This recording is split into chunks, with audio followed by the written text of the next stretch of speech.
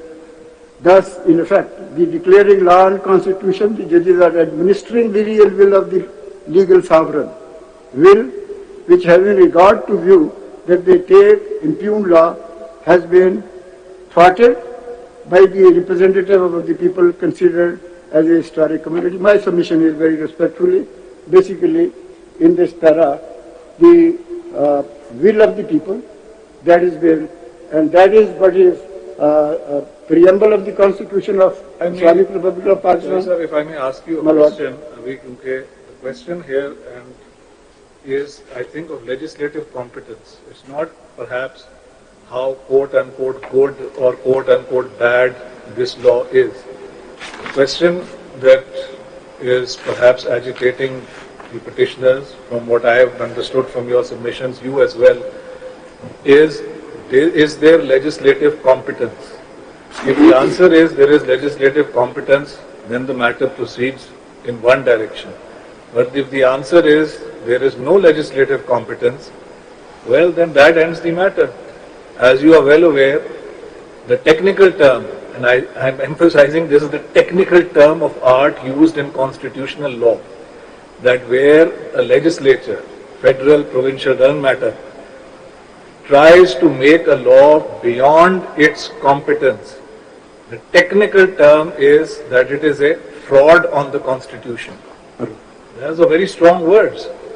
So here we have to focus, and this is perhaps what you are trying to tell us, if I'm trying to understand what you are saying, that it matters not whether this is a quote-unquote good law, whether it says that the Supreme Court should give priority to this class of case or that class of case or whatever else that this law may say or Parliament may in future say. The question is, does Parliament have the legislative competence to regulate the Supreme Court in this manner?